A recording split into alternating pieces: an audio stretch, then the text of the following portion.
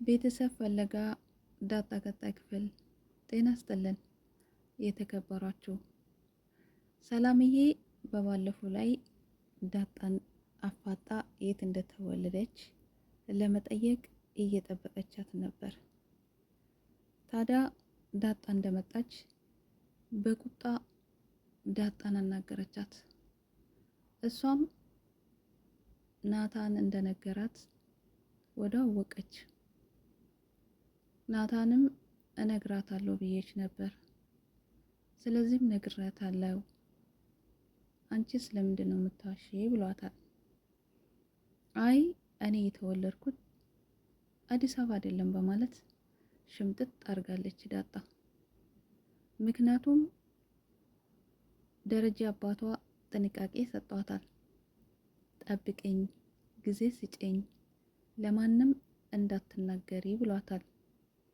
ዳጣም ለአባቷ የገባችውን ቃል እንዲሁም ለራሷ ስትል ግዴታ ምስጢሯን መጠበቅ አለባት። በእርግጥ ዳጣ ሰላም እናቷ መሆኑን አታውቅም። ሰላም ግን እየተጠራጠረች ትገኛለች። ዳጣ ማናት? ከየትስ ነው የመጣችው? የትስ ነው የተወለደችው? ብላ ራሷን እየጠየቀች ትገኛለች። ታዲያ ዳጣንም ብትጠይቃት ለሰላምዬ ምስጢሯን አትነግራትም። ሰላምዬም ግራ ገባት። ለምን ደብቃ ይሆን በምን እራሷን ትጠይቃለች። ይገርማል። ሁለተኛ ምስጢር የሚባል አላወራክም ብለዋለች ለናታን። ናታን ዳጣን ይፈልጋታል፣ እንዲሁም ሊቀርባት ይፈልጋል። ኤቢ ስላለች ዳጣ ልትቀርቧ አትፈልግም።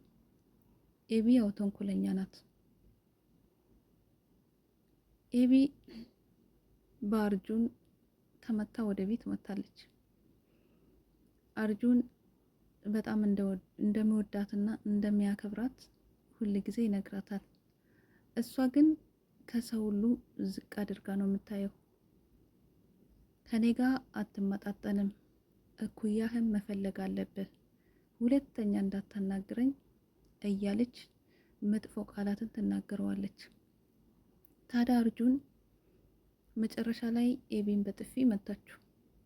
እሱም በጣም ተናደደ። ተናዶም ታዲያ ኤቢን መታት። ኤቢ ደም በደም ሆና ወደ ቤቷ ሄደች። ታዲያ እንደዛም ሆና አላረፈችም። እቤት ከገባች በኋላ ዳጣን አንቺ ነሽ ያስመታሽኝ ብላ አለቻት። እሷም ደነገጠችው። ምስኪን ዳጣ እህቶቼ አጠገብ እንዳትደርስ እንዳትነካቸው ብዬ አስጠንቅቄው ነበር፣ ነገር ግን መታት። ስለዚህ የእህታችን ደም መመለስ አለብን በማለት ከእህቶቿ ከውሃና ከምጥን ጋር ሆነ ሄዳለች። ዳጣ ግን አስቃኛለች። ሌላኛውን ነገር ስታይ ደስ አይላትም። ሩጫዋ ይቀርማታል። ምክንያቱም ዝናን በቀላል ወይንም በቀልድ አይደለም የምትፈራ። እንደዛውም አርጁን ነገርየው ስላለ ስታይ ፈራች። ግን ብልጥ ናት። እህቶቼ እኔ ጀግና እንደሆንኩኝ ጎበዝ እንደሆንኩኝ ስለሚያውቁ እንዳታዋርደኝ፣ በድርድር እንፍታ በማለት አንተ ሩጥልኝ እኔ ደግሞ ልከተል በማለት ተስማምታለች። እሱም ታዲያ ይሻላት። ውሃና ምጥን እውነትም ዳጣ አሸንፋለች በማለት እነሱን ተከትለው ሩጫቸውን ጀመሩ። ደስ ይላሉ። ታዲያ መጨረሻም ትንሽ ከሮጠች በኋላ አሸንፍ ነው በማለት እህቶቿን አቅፋ ወደ ቤቷ ተመልሳለች።